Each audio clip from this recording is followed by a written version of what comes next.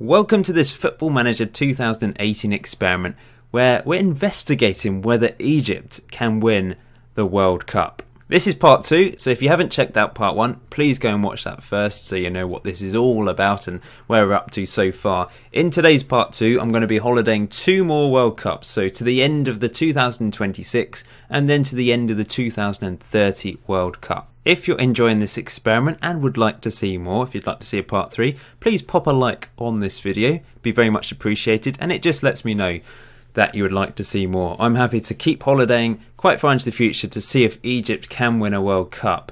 So I've holidayed to the end of the 2026 World Cup. We've now got a new guy in charge. It's Hamadat Marzouk, a 47-year-old Egyptian who's been in charge since 2023. Egypt are now 49th in the world rankings, so they've dropped off. They've been up and down, haven't they? But they're not at the top of this list. They're all the way down here, sandwiched between South Korea and Slovenia. Currently top is Brazil, Portugal, England. You know, the expected big boys up there. We need Egypt to improve. The top player is still Ramadan Sobhi. I presume Mo Salah has completely retired from international duty by this point.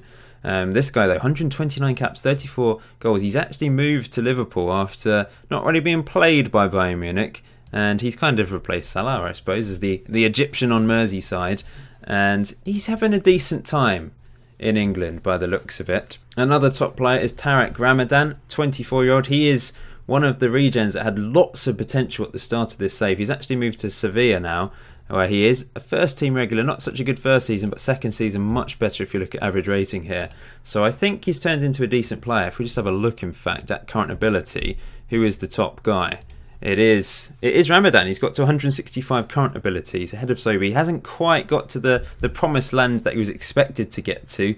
There's a few other guys. Dawada was meant to get to 183. He's stuck on 137, and it's as a result of, I suppose, Egyptian teams not having the youth facilities to really progress these players, and if they don't move to Europe early on, then they're going to struggle.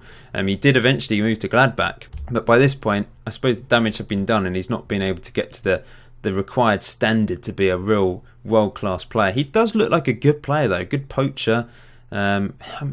He's a solid striker. I wouldn't mind having him in my team, but there's a few attributes that do let him down on his general overall game, I suppose. Anyway, you guys want to know how Egypt got on at the 2026 World Cup, don't you? Unfortunately, they've gone backwards even further from the last World Cup because they didn't even make it to the 2026 World Cup. As you can see here, Ivory Coast managed to make it for Africa, as did Senegal, Ghana as well, but yeah, and Nigeria, but not Egypt, and that's a real shame. If I just skip through so you can see how the tournament progressed. England, France, Brazil and Portugal were the teams to make it to the semi-final, where England beat Portugal 3-1, France beat Brazil 4-2, third place playoff was won by Portugal, and the final was won by England 1-0 against France. Harry Kane with an 86th minute penalty to hand the World Cup to England. But disappointment for Egypt not even qualifying. They managed to reach 2 in a row, but yeah, it's not really gone to plan, has it? If we look at the most recent results then, since 2023, you can see the African Cup of Nations, they did get to the 2023 final, but they lost against Nigeria, and they didn't even feature in the final of the 2025 tournament. And like I said at the end of the last part 1, we need Egypt to be dominating Africa first of all before they can dominate the world. And unfortunately, they're not even dominating Africa at the moment. So they need to improve. We know they need to improve. They know they need to improve, I'm sure. You can see here they got knocked out in the quarter-finals of the African nations against Nigeria again, who seem to be pretty strong. They are one of the strongest African nations in the world, and they're 9th in the world rankings at the moment, having a really good time. And that's without me doing anything to Nigeria, remember. So they just naturally on the game improved and become a dominant force in Africa and in world football. This year, it does look like they're going to qualify. In fact, they have managed to win this tournament again for the second time on this save. They beat Cameroon in the final in 2026. I'm recording this before I uploaded episode 1, part 1, so there might be someone explaining to me what this tournament is all about, really. But you can see here they managed to win 1-0 in the final against Cameroon. We can't see that game. So let's have a look at the national team then in 2026. Are there any youngsters coming through this time? Surely. No. The best youngster, 121 potential. What's happened? We had a glut of decent players at the start of this save and suddenly it's died a death. I'm not sure what's happening, but I'm going to holiday through to the end of the 2030 World Cup and see what's going on. Things have improved. Slowly but surely, things have improved. They're currently at 27th in the world rankings. They did get as high as 18th very recently, as you can see there. They haven't managed to get as high as 13th on this save, but they have improved since the last World Cup. I'm not sure if they've qualified. I'm not sure if they've made it to the World Cup. We'll have a look in a second. I haven't looked myself yet. You can see Ramadan is the top-rated player now for Egypt. 120 caps at the age of 28. He is a really good player and he's been a good servant for Sevilla over the last few years. The next best player plays for Manchester United, 25-year-old Mustafa Mahmoud, 65 caps for Egypt, moved for £9.75 million from Al Ahly, finally leaving Egypt to move to Manchester United. So there's some good players in this team. You can see Al Ahly certainly are featuring heavily on this list, but there is another player playing for Bayern Munich, 29-year-old Omar Yusuf.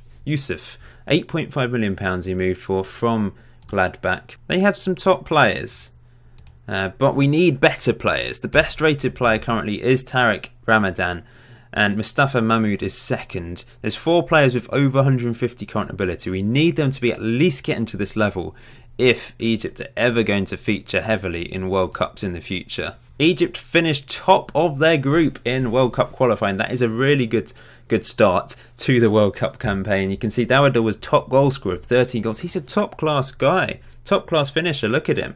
99 caps, 54 goals. He knows where the back of the net is. Hasn't developed as much as we thought he would, but he's playing in Europe, but he's not scoring many goals, league-wise in particular. But for his country, he's exceptional. So France ended up winning a second World Cup on this save. It's only been European teams so far. Brazil and Argentina have missed out. Let's see how Egypt got on though. You obviously know they didn't win it. Let's scroll down. They missed out. 3rd place. At least they qualified this time around. It's progress ahead of part 3. 2 points. Didn't win a game again though, just like the 2022 World Cup. But they have got back to qualifying for the World Cup, and now they can build from this point onwards, hopefully. And I am going to do one thing to the Egyptian Premier League teams, because it's all well and good having the youth ranking of 200, which I did on the editor, of course, but there's clubs that don't have particularly good facilities. Now, Al Ahly are one of the teams that do have good facilities. They've got really good facilities all around, but what I'm going to do to help boost these teams and hopefully help boost the chances that these players will get to being top quality players is I'm going to change all of these things to 20 for all of the Premier League clubs ahead of part 3, where we will holiday. I think I'll do 3 World Cups in part 3, but that will hopefully give us a little bit more of a boost for these guys, because I mean, there's players with potential. Let's have a look at this guy. Ayman Sayed, he's 18. He's already got 6 caps for his country. He's got a potential ability of only 135. And he's got 6 caps. It just shows where they are at the moment. We need to be getting better players than that.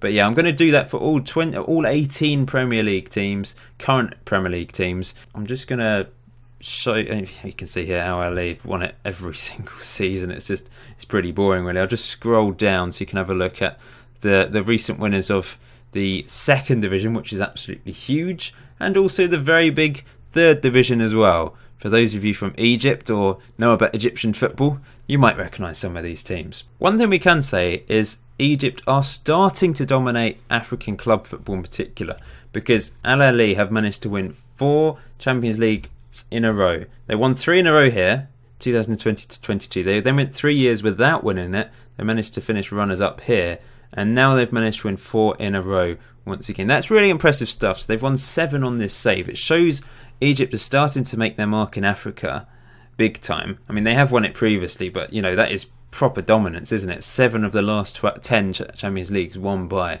an Egyptian team. Surely there's a decent player coming through. Here we go. There's a decent player. 157 potential ability. Mohamed Abdelal, 17-year-old playing for Wadal Dagla in the Egyptian Premier League. And if I improve their facilities, perhaps he will be able to develop into a good enough player to then move across to Europe at a relatively early age. And then we can see some proper progress. That's the aim anyway. Let's see if there's anyone in the under-23s. No, not really. Dawada never managed to reach his potential, but still turned into a good player. Ramadan has turned into a good player. He's worth £55 million. He's a top-class player. Mahmoud, 45.5. Yusuf, 36. There's some great players in here. They just haven't quite got... They've just not become as good as we hoped they would. Mohamed Salah has now retired from the game, so we can't have a look at him. I wonder if Sobhi has. Ramadan Sobhi, still playing for Liverpool at the age of 33. He's retired from international duty now, though.